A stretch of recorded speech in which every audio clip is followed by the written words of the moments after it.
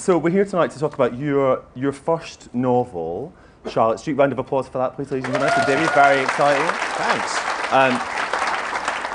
Now, obviously, you've written many books, and you know, looking at your website, it's that kind of model/actress, you know, model/actress/filmmaker. I think you've looked at the wrong website there. Did I? Yeah. Was that Daniela Wallace? That was the pop-ups. I closed the pop-ups. But so you know, this is your first novel, and I want really to talk about. We'll talk about the book in great depth, but also about the process and how it was different and how you got to writing a novel now, and if it's something you wanted to write sooner. But let's start off with the kind of premise, because it's a love story with a really interesting structure, and it's also slightly stalkerish.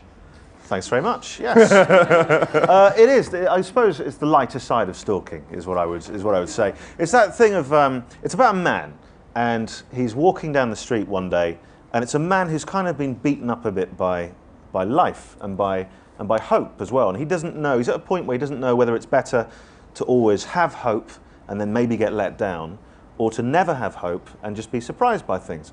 And he sees a girl, and she's great. And it's one of those moments that I think a lot of people have, where you see someone, maybe at a party or maybe on the street or whatever, and you immediately imagine a whole world around that person and where you would go on holiday and what you would call your kids. And it's all like that in a second. And then you move on, you forget about it, and nothing ever happens. And he has a moment like that with a girl. And she's struggling to get into a cab. She's got all these bags with her. And he just thinks she's great. And he does something he never normally does, which is kind of offer to help her. And she says yes. And there's a smile. And in that moment, that hope arrives, and he thinks, well, maybe this could be something. Maybe this could lead to something. Maybe she won't get in the cab, or maybe the cab will stop and she'll come out and we'll go for dinner, or who knows what could happen. And she gets into the cab and just drives off. And so the hope is gone. In the cab. In the cab, and he's just beaten up by life once more, until he looks down and he sees that he still has a disposable camera. And generally when I talk about stalking, the police do arrive.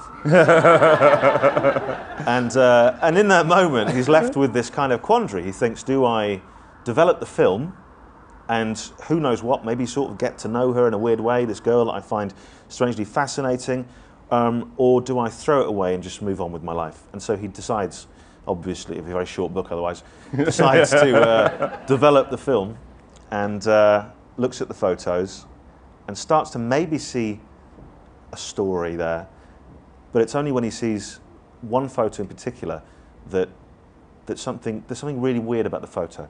Should we tell them what it is? Dot, dot. No, we won't tell them what it is. It's not weird in that way. It's not, no. You know, it's not like a Bret Easton Ellis novel. It's weird. That would be a really weird change of direction for me at this stage. Yeah, it really would.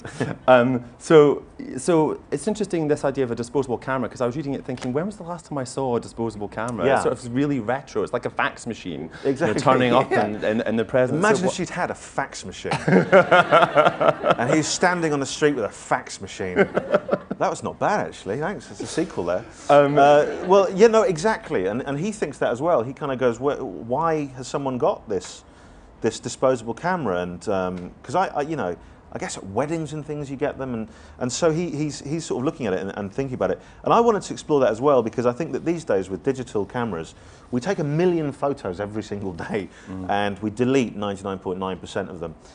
And there's nothing special about most of those moments. We're just quite snap happy.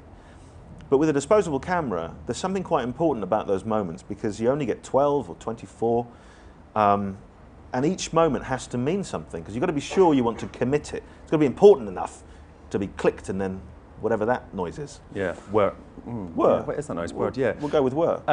But I think there's a great bit in the book where you talk about, you know, people taking pictures with their phones and it being like wallpaper, digital wallpaper that we just kind of ignore. But the idea of the disposable camera is a really clever one. It's a story. That, you know, that somebody's choosing to tell a story in these 12 pictures, and that's decoded throughout the book. Exactly. And she doesn't know she's telling the story. It's just, it happens to be like a period of her life and the tale of perhaps why she is the way she is, and our hero, Jason Priestley, I called him. I wanted to ask about that, yeah. It was an early 90210 fixation. It's just kind of. Do you know what? It was actually the first. I mean, I think it is the first sentence. It is the first sentence of the book. Hello, my name is Jason Priestley, or something like that. And that was the first sentence I wrote. I wrote, "Hello, my name is Jason Priestley," And in those words, I suddenly thought, oh, that poor guy. And it immediately informed me as to who he was and what he'd been through, in a sense. Just that constant thing. You can't make like a complaint. You know, like if you have to make a complaint to the council or something like that. If you go, all right, well, we'll take your complaint. What's your name? And you say Jason Priestley, immediately you've lost the battle, haven't you? It happened to me recently. I was writing an email, right? I wrote an email to the council, and I was kind of, that was the noise. That sums up the email. And I was writing this email, and I was getting very kind of, I was using words I wouldn't normally use, which is when I know I'm trying to make a good point. I was using words like vociferous. I was pointing and things like that. And I sent the email, and then I thought suddenly, there's something a bit odd about that email. And I went to my sent messages, and I realised that out of complete force of habit, I'd written this kind of angry email, vociferous, blah, blah, blah, and at the end, I just popped a little kiss. Which I feel undermined the point I was trying to make, ever so slightly. So for Jason, it's that kind of thing, if he can never really be taken entirely seriously, because there's always that running joke. Yeah, every single person that he meets in the novel goes, Jason Priestley, and then there's kind of the kind of ha-ha moment that happens to him. It's very annoying for him. So he's a character. I mean, you talked about hope at the beginning, and the book really is a book about hope and when it's wise to hope and when it's wise maybe not to hope. Yeah. And he is a teacher by training, but he wants to be a journalist, right? So that's his hope, that's his dream. Yeah. And he makes the choice, or something happens for him to make the choice. Can we talk about what that is? Yeah, there's. See, I've never been a teacher, but I wanted to explore what it must be like to be a teacher in quite a rough area where all your intentions are extraordinarily good, but the environment and the kind of it beats him down. It beats him basically. And there's an event one day which actually happened to a friend of mine who is a teacher, where he was teaching because he's a teacher, and heard a kind of a crack or a noise and something at the window, and he looked up, and there was a kid shooting at the class with an air rifle, and immediately he didn't know if it was a kid or not. You just see the gun, you know, and not being a firearms expert, he doesn't know kind of what the danger is here. But immediately that could have beaten my friend, and luckily it didn't. But for someone like Jason, it was kind of the last straw, and he doesn't feel like he's a good teacher anyway, so he was kind of tricking himself into getting away with it, and we sort of find out whether he was underestimating himself and whether there are these things to sort out during the book. I mean, nobody is killed as a result of that, or injured. But what he does say is that it killed his relationship. I mean, Sarah is his partner or his girlfriend at that point in the book, and that ruins his confidence and effectively sort of ruins the relationship. Doesn't it? So essentially, you know, the kid did kill a teacher that day, because he could no longer teach. So it forced him into doing something else. But he's kind of gone through a lot of other stuff as well. By the way, it's a funny book. I've just realised. I sound like I'm on Newsnight Review. It's there's funny, but there is, there are elements of, I mean, I wanted it to be real as well. I really like the stuff about office life. I think that's very, very, very funny. Right. The kind of the relationships between people. There's a kind of office joker called Clem who goes off to do comedy nights called things like Ha Ha Mageddon, and he's just bum curling. And I was just thinking, when was the last time That'd be a great review. Just bum curling. He would think that was some kind of compliment. Yeah. That'd be on his Edinburgh poster. Oh, well, yeah, he would. When was the last time you were working in an office? I wondered if you were a bit nostalgic for that, or if you just... I'm quite pleased I don't work in an office, but I used to work in an office. I worked in a few offices. And there are those people and those dynamics, and because you are in a room together and you know you're going to be in that room tomorrow and the day after, there are things you can't say that you would like to say, and Jason does say a few of them because he, again, life has just kind of forced him into it. But I did some 9-to-5 stuff, and I'm just better not doing 9-to-5 stuff. I mean, fine at home, that's great, because I can incorporate the right stuff. Homes under the hammer. Loose women, all these things. Yeah. But no, it was important to me that he had a real life, And he has, so there's Sarah, who's his girlfriend, who becomes his ex-girlfriend, and who he then stalks on Facebook. There's actually quite a bit of stalking in this book now I'm thinking about it. Yeah, but it's that thing of, I think these days, it must be so much harder to be an ex-boyfriend or an ex-girlfriend.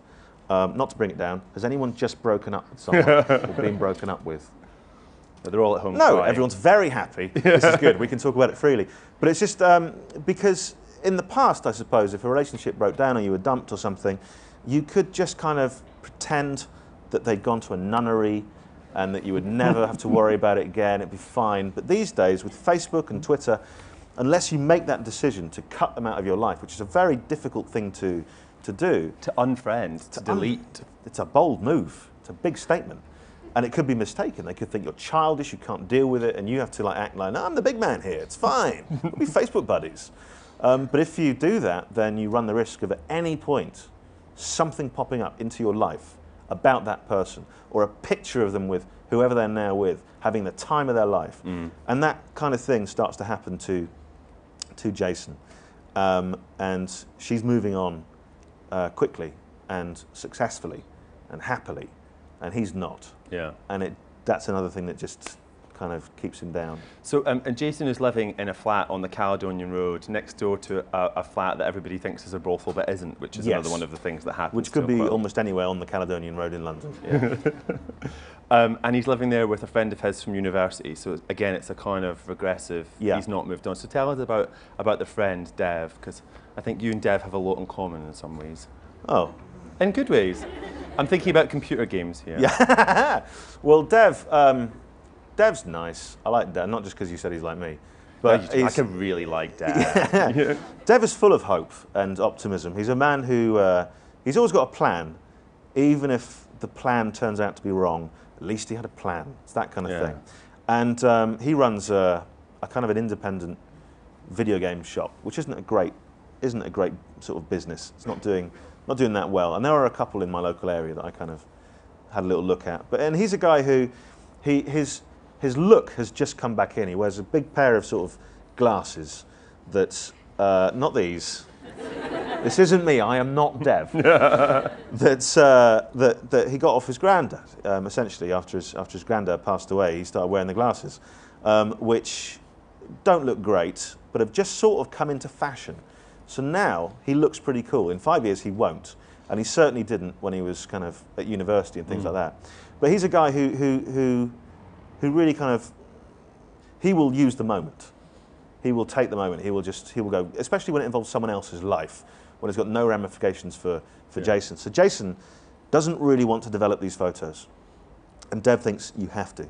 And so it's Dev that grabs the camera and takes them to the Snappy Snaps on Charlotte Street and develops them. So without Dev, there'd be no story.